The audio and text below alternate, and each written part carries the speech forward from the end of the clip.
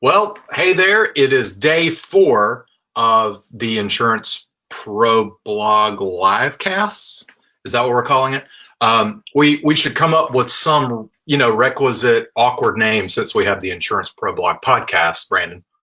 I say we just leave it unnamed. It's just like, day 4. Kind of like that kid that you're a little uncommitted to. It shows up and you're kind of like, we'll bring it home for a few days and see what speaks to us. Is that how I ended up with 5 kids? So today, not to delay, because we often get comments that people want us to get to the point. So we want to get to the point. The other day being day 3, we were talking about high early cash value, and we were talking about it, I guess, in the context of whole life insurance in particular, right? We weren't really committed. We were kind of leaving that open. Today's a very non-committed day. We're seeing other life insurance policies right now. We don't want to commit, but the principles apply to whether it's index universal life insurance or whole life insurance when it comes to high early cash value and the stuff we're going to talk about today. Toward the end of that, I posed a question, which was, well, if high early cash value exists, I'm paraphrasing my question, by the way, but if high early cash value exists, why don't insurance companies do more of it? Why don't they push it? Why aren't they? Or why is it not just the only thing that you can buy if it's so wonderful? To which you said, I should save that question for day 4. So here we are. Today has come. Exactly. But before we get started, time to have a little shameless promotion here for our book, Predictable Profits, which is, by the way, not just a book. There's some other things that come along with it that I think you will find very helpful if you have any interest in whole life insurance or selling more of it. You should visit ipblive.com. That's ipblive.com. IPB stands for Insurance Pro Blog. But if you go over there, you can read more about predictable profits, find out what the 5 reasons are that people actually want to buy whole life insurance. All right, Brandon, without any more delay, why don't more companies talk about high early cash value? Why is it not more of a prevalent product if it's so awesome? If we believe having cash value early on in the life cycle of your policy, if we all think that's the greatest thing ever, then why not do it all as high early cash value? Well, not everyone believes it's the greatest thing ever. Okay. There are, I guess that's a large number. The fact that you don't believe that. There are a large number of life insurance purchases that take place every day that have nothing to do with cash value. Right. Everything to do with death benefit. Right. So the insurance industry is certainly not going to kill that golden egg and serve everybody up a policy that is focused on high early cash value. Right. In addition to that, as we covered last week, the high early cash value feature is very focused on a specific goal that is inextricably tied to the focus of liquidity, especially in the first couple of years. Right. So life insurance is an extremely customizable product that can be designed very well around a specific person's need. Right. Given that, the use of high early cash value products is yet one more piece of versatility that very perfectly matches a specific need that is not universal at all. There's not many people who are going to buy life insurance, even when they're focused on cash value, and worry only about what sort of liquidity they might have in the first year or two. Right. Well, as we know, most people don't. I think it's interesting that you bring up the customizability of life insurance and the fact that it really is a lot more flexible than most people realize, I think. I think, in social situations, oftentimes people will say things, they find out I sell life insurance. And for those 1 or 2 that don't run away immediately, the ones that stick around and engage in a conversation, it usually is something like, well, I have some whole life or I have some term insurance, but there's not a lot of thought about what else you could do with the policy. So I don't think in the zeitgeist, so to speak, if we want to call it that,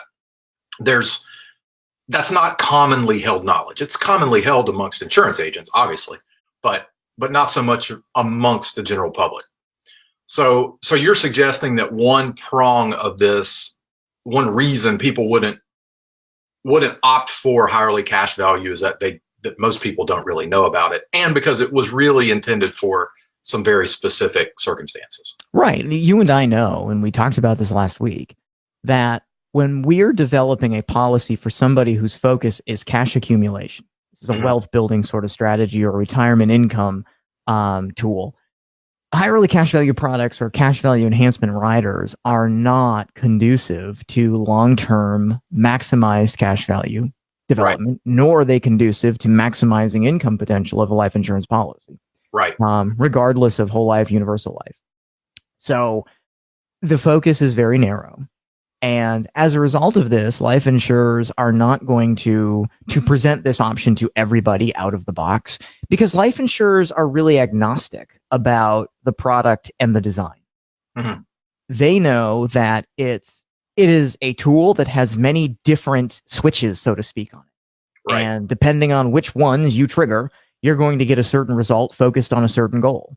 Right. But it's not the life insurer's place to tell the purchaser that they should be doing something specifically, because the life insurer in most cases has no clue who this person is or what their intentions are. Sure. It's very possible there's someone at the home office who might know better and might be able to match this person up with something that's different. That's a risk we all face every day in every industry. It's not unique to life insurance. Right. And so you could have new windows put in your house. And they may not be the good. They may not be good. Really? There may be somebody at the window manufacturer who could look at that homeowner and say, not the one I would pick. Right. But in that situation, yeah, right. Mm-hmm. Mm-hmm. So it is a piece of, or it's one of the tools in the toolbox, but it's not the only tool in the toolbox. And for that reason, life insurers are not going to focus on it intently. Right. On top of that, and kind of building from last week's discussion, I think a lot of people are curious to know why. Why is it that if I have so much more liquidity in the beginning, I'm going to lose performance long term? Right. And the answer to that largely focuses on anticipated service issues. Insurers likely know that people who purchase higher cash value products or products with cash value enhancement riders, there's going to be a larger need for service in the long term. Business owners are going to ask when they have to reconcile their books, what's the value and what's going on with this policy? Right. Products you're talking about in the instances where it's carried as I've heard it called a balance sheet type product, but products that are funding an obligation, an actual obligation, not sort of somebody's loosely defined goal for retirement income, but a company's actual obligation to an employee to provide a certain benefit.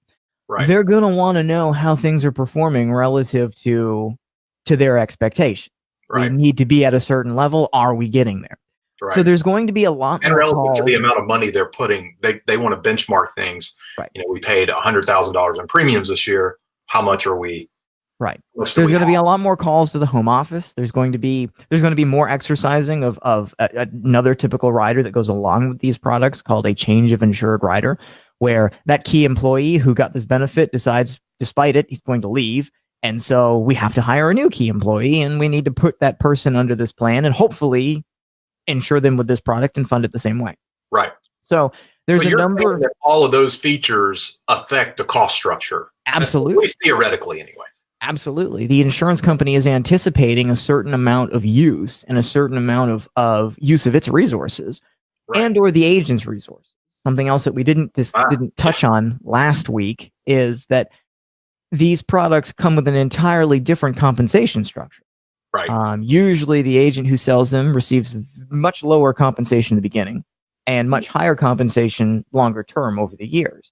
Right. This, I suspect, is the insurance company's anticipation of those service needs and their desire to pay the agent to take care of some of those service needs, as well as an inducement to offer this sort of product. You can't really provide lots of cash value with the same acquisition costs of more death benefit focused products and pay the agent the same amount and then expect that there be lots of cash now, potentially lots of service needs later, and we're just not going to bother with the agent at that point. Sure. and the risk that the insurance company faces of someone decides, after 3 years, I don't want this anymore, Right. or our company was sold and we don't have these obligations anymore, and so we're unwinding everything. Correct. The insurance company has a lot of exposure because of their acquisition costs of that policy. I mean, Yep. I think all of us, because insurance is so specific, right? We don't think about just sort of basic fundamental business things that the insurance company spends money to acquire each policyholder. It does. And it's usually much more than the premium that they receive from the policyholder in the first year. Oh, yeah, exactly. Go ahead. Talk about that. Because I don't know if there's much more to say about that. The cost of acquiring a client for a policy for an insurance company exceeds in most cases the premium that they're going to receive over the next 12 months for that policy. And a big portion of that is paying people like you and me. I mean, that's not all of it, but that is certainly a key portion of that acquisition cost to them. So if they're going to run the higher risk of someone walking away from a policy early on, so in other words, before they've made it profitable for themselves as the insurance company, then they can't afford to have as much acquisition cost in the deal. Correct. I know I'm oversimplifying, but I think that's a very good way to put it across.